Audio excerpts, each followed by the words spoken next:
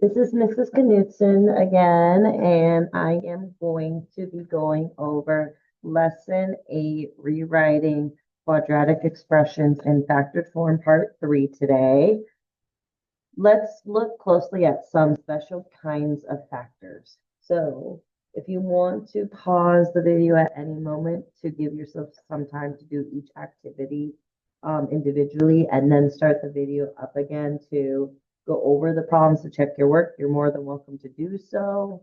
I'm going to kind of just jump right in and go over the lesson in case you just want to run the video and just go through the lesson as a whole class. I'm going to apologize again in advance if I make any mistakes. I apologize. I'll try to correct myself along the way. So 8.1 math talk products of largest numbers.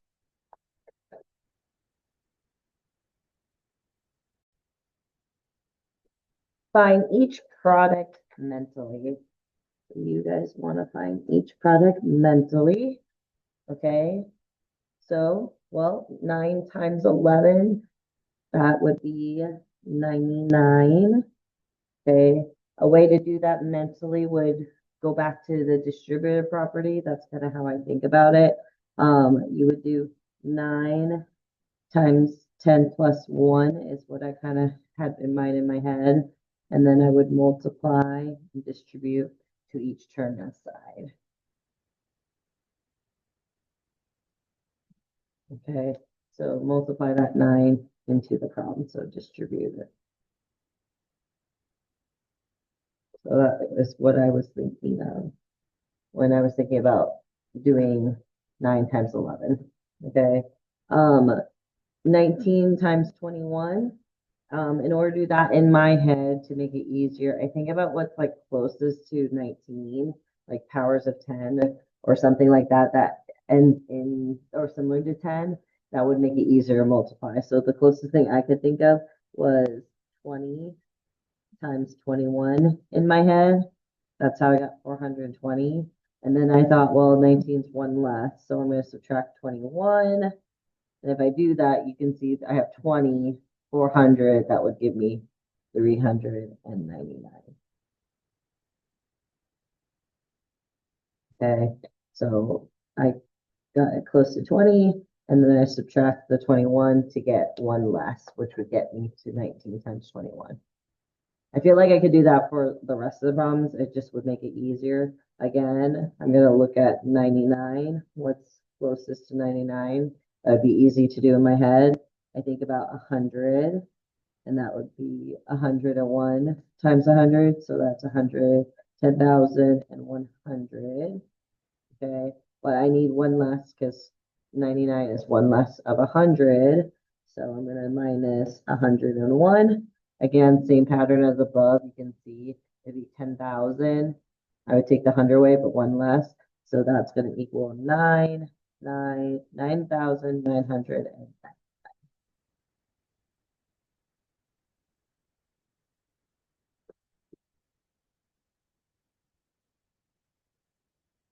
Okay. All right. Looking at this again, it's easier for me to think in the opposite direction. So I'm going to work with 101. So if you think about that, that's going to be close to 109 times 100 for me. Okay, that would get me 10,900. But this time, I need to go from 100 to 101. So I need one extra. So I'm going to add 109. So that's yeah. And this is actually how the math happens in my head. And that's going to get me 11,009. Okay. So the idea of this warm up is really just to remind you guys of looking at the structure of the problem as you multiply. So reminding you guys like how you can use distributive property in your head to make multiplying large numbers in a more easier manner. And that's all what you're doing actually in your whole entire lesson is kind of that kind of mindset is you're using distributive property one way or another to understand the structure when you're multiplying. So that's the point of the warm up. And you're going to use that skill when we're doing rewriting quadratic expressions and other factor forms in special kinds of cases. So you'll notice there's going to be a couple special situations to make rewriting quadratic expressions in factor form a little bit more easier by looking at those patterns. All right. 8.2, can products be written as differences? Claire claims that 10 plus 3 times 10 minus 3 is equivalent to 10 squared minus 3 squared, and 20 plus 1 times 20 minus 1 is equivalent to 20 squared minus 1 squared. Do you agree? Show your reasoning. Okay. I love the area model because it's just a good way to kind of make it easier and organize your thinking. So I'm going to kind of use the area model here for this problem. So I'm going to separate these boxes into 4 pieces, and then I'm just going to multiply. So I got 10 and 3, and then 10 and negative 3, because that's coming from my terms here. 10 times 10 is 100. 3 times 10 is 30. Sorry, should put plus there.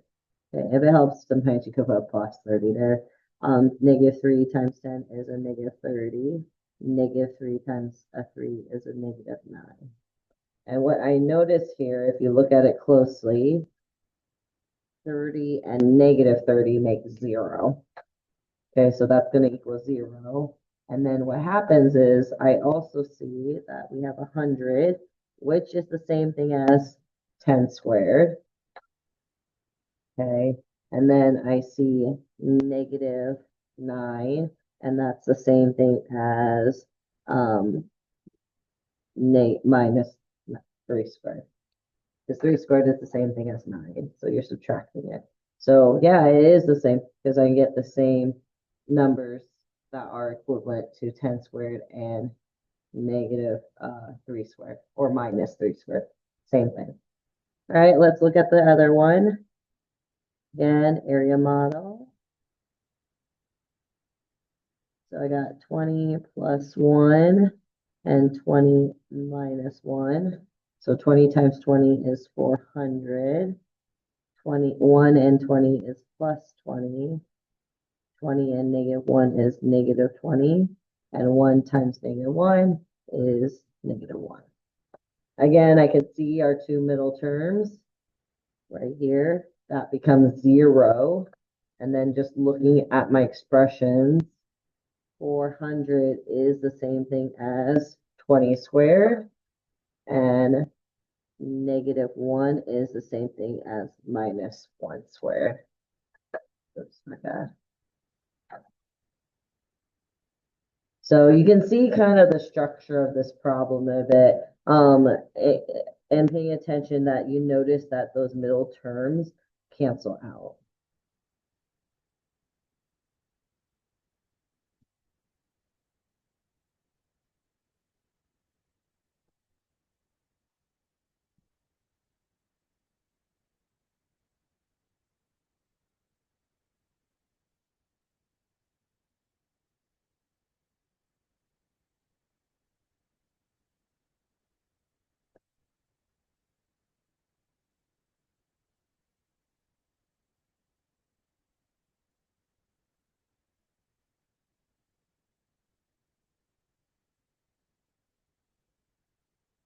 Okay, so yeah, right there.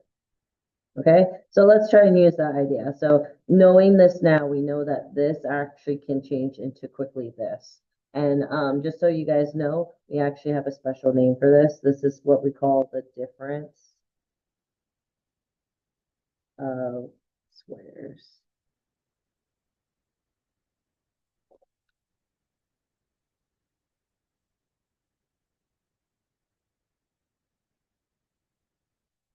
Okay, so the idea of those middle terms disappearing, it just makes it easier for us to write our answers out in standard form. from factor to standard form is just knowing the difference of squares, where you could literally just remember that these middles cancel out. So really all you have to do to get your answers is you just have to do 10 times 10, okay? And then you only have to do 3 times -3 to get your answer. Same thing, you could see that you could just take the first two terms, 20 and 20, and then +1 and -1. And it only works, pay attention, it only works, you have to have the same numbers in each of the factors, and one is always going to be a positive, like a plus, and one is a subtraction. So be careful with those structures. So right here, we could see the same thing. We could look at our structure and notice that we have 100 and 100. Okay, so using the difference of squares, we're just going to take 100 and square it, just like Claire did up there. Okay, and then it's a difference, so that means we're subtracting. Oops, my bad. And then we're just going to take the last two terms of our factors, and we're going to square that too. So the difference of the two squares. So that would be 5 squared. Okay, so, and we're going to evaluate. So we want to find the answer. So let's look. That is 10,000 minus 25. So that would be 9,975. Okay. Check your answer by computing 105 times 95. So let's do it the long way. So 105 and 95. 5 times 5 is 25. 5 times 0 is 0. Plus 2, that's 2. 5 times 1 is 5. Okay, I'm done with the 5. So I'm going to add a 0 so I can multiply by 9 now. Okay, so 9 times 5 is 45. Here are the 4. 9 times 0 is 0. Plus 4 is 4. 9 times 1 is 9. And then we're going to add. So 5, 7, 9, and 9. And we got the same answer. So this is how the difference of squares works to help us write from factored form to standard form, and then vice versa. You can use the same thing. If you notice you have a difference of squares like this, you can rewrite it back into the factored form quite easily, just by looking at what you have to square to get those numbers. All right. Go ahead and go to the next page for me. Is x plus 4 and x minus 4, sorry, x plus 4 times x minus 4 equivalent to x squared minus 4 squared? Support your answer with a diagram. So let's go ahead and fill out the diagram. X times x is x squared. 4 times x is 4x. -4 times x is -4x. And 4 times -4 is -16.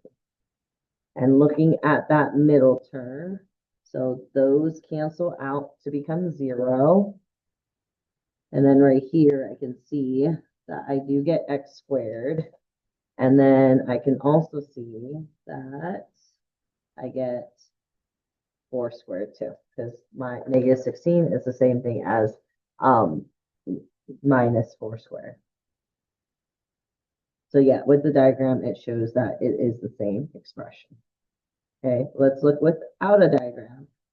So without a diagram, another way you could multiply this out is you can use the idea of FOIL. It's a good little acronym to help you remember how to multiply with distributive properties specifically.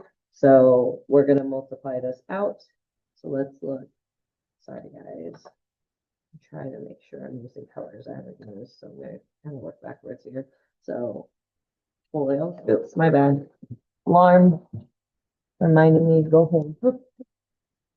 Apologize about that. All right. So FOIL, F stands for first. So I'm going to multiply the first two terms of my expression. So that's going to be x squared. Okay. And then I'm going to use the outer here. So look at this right here. O stands for outer. So if I look at my terms, x and -4 are my outer terms. So I'm going to multiply those next. Okay, so that's negative 4x. Right, then I'm going to go inner. That's what I stands for, inner. And that's these inner terms right here. So that's going to be a plus 4x.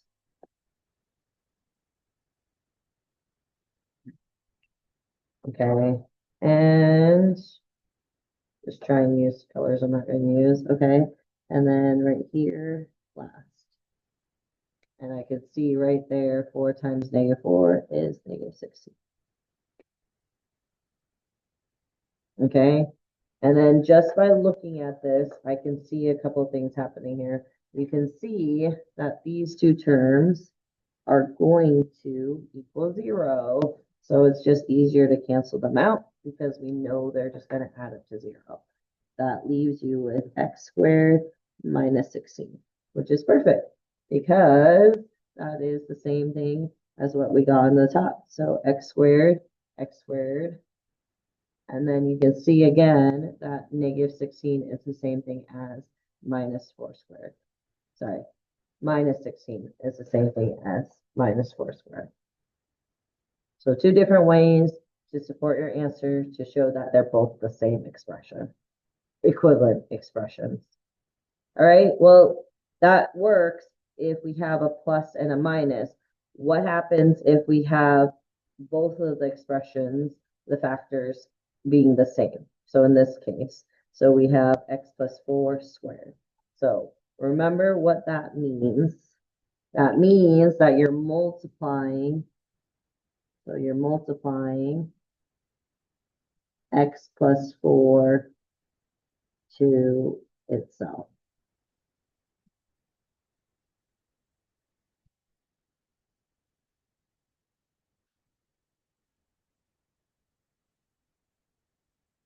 Okay, so that's what that means.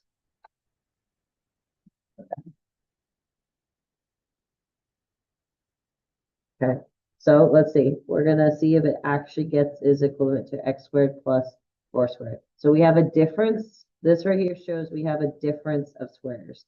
Do we have a sum of squares? So let's look. We're gonna look at this and create the area model.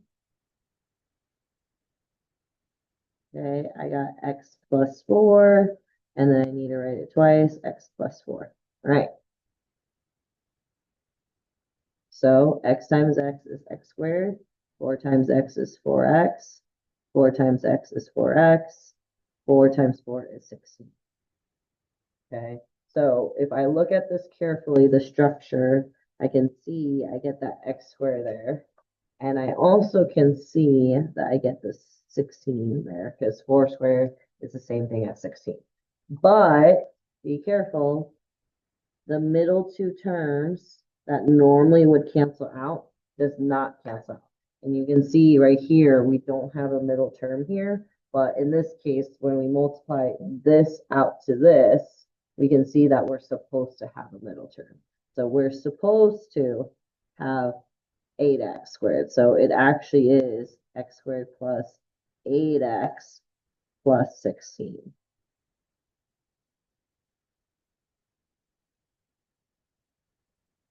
So what does that mean? That means that this situation is impossible.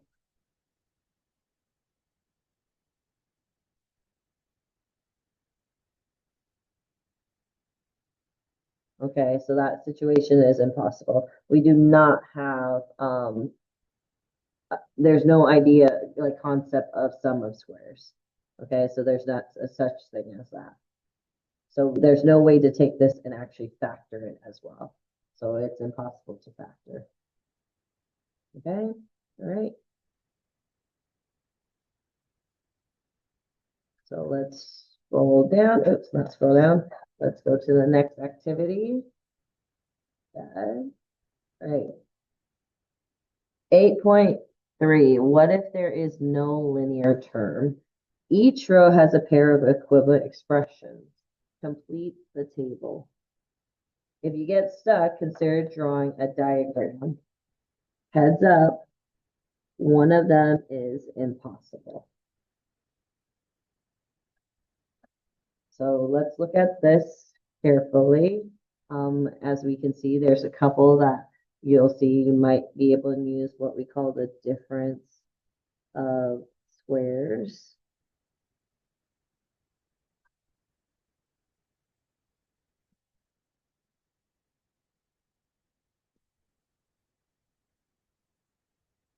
Okay, so right off the bat, I could just look at these top two, three, and because there is a minus and a plus in each of these, and they have the same numbers in both factors, I know I can use the difference of squares. So x times x gets me x squared, and then 10 times 10 gets me 100.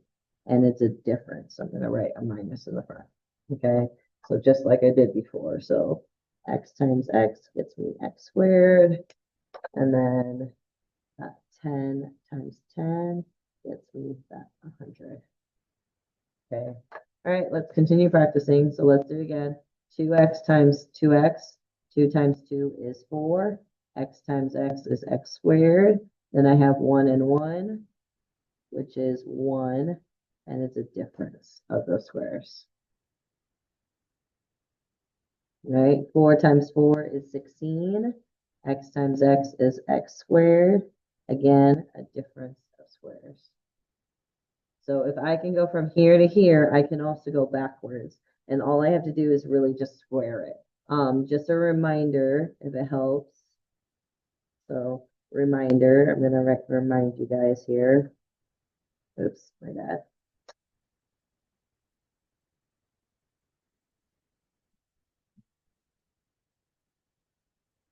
Okay, so remember the reminder. So if you look at this, to get from 4 and 4 to 16, you do 4 times 4. So that's 4 squared. To go backwards, remember to go backwards, you're looking for the square root.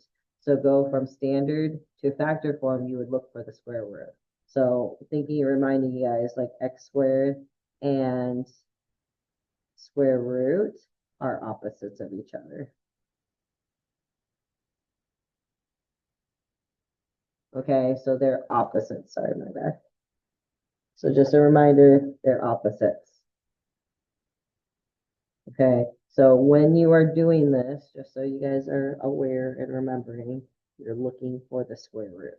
Okay, so like I'd be looking for the square root of these numbers to actually be able to write it in factor form. So I'm gonna put parentheses. So x squared, right? If I take the square root of x squared, the 2 would disappear. That would get me x and x, or x times x. Just remember x times x is x squared. And then think about 81. What multiplies to 81? What's one number that multiplies to 81? That would be 9. Okay, so the square root of 81 is 9. And then remember what we said earlier. We have a negative and a positive. And it doesn't matter how you write it. You could flip that if you want. Okay, so let's continue. So again, I'm going to do parentheses, and I'm going to look at my first term, 49. So what is one number that multiplies to 49? Just one number, and that is 7. So the square root of 49 is 7, and then y squared, that would get me y and y, plus and minus. All right, parentheses again. So 9z squared, so that's going to be 3 and 3, and then z and z. I like to put a line in my z's so I know it's not a 2. And then the square root is 16, so that would be 4 and 4. So that's a plus and that's a minus. All right, parentheses. So 5 and 5, and there's t squared, so t and t. And then 81, that's 9 and 9. So that's plus, and that's minus. Okay, so difference of squares again. So that's going to get us c squared. And then we have 2 to 2 over 5 and 2 over 5. We just multiply, right? Because it's the same thing. So it's 4 over 25.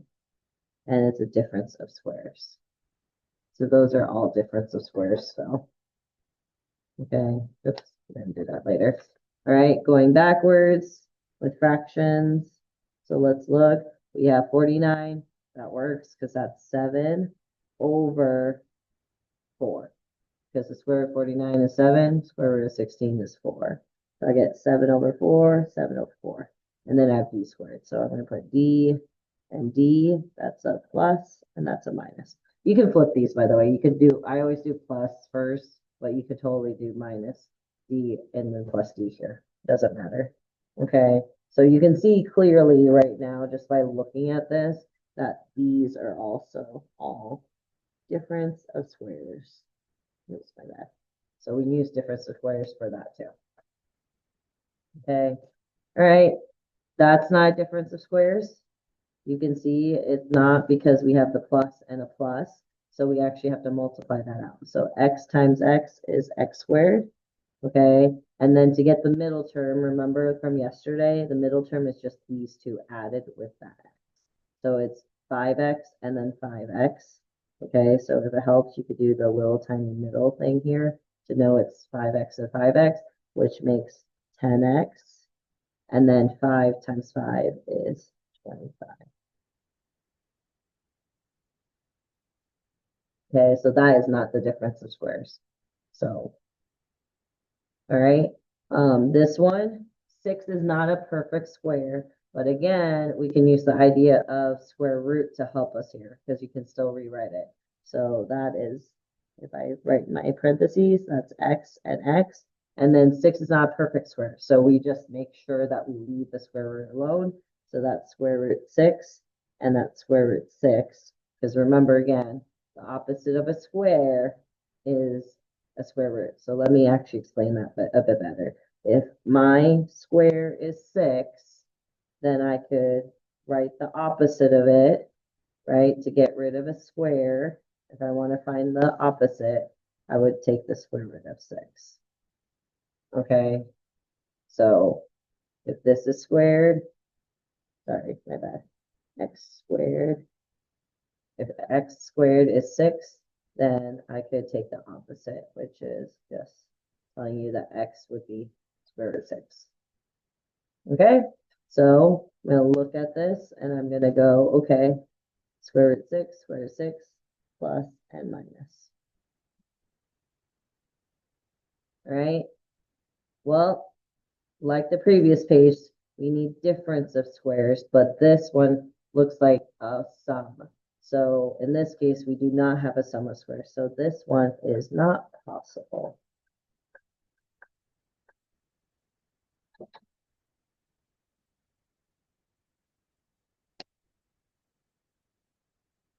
All right. Thank you for listening to my lesson today. I hope that helps you guys learn about the difference of squares and just paying attention to the structure of your quadratic expressions when you're writing them in factor form and then in standard form or vice versa. Have a great day.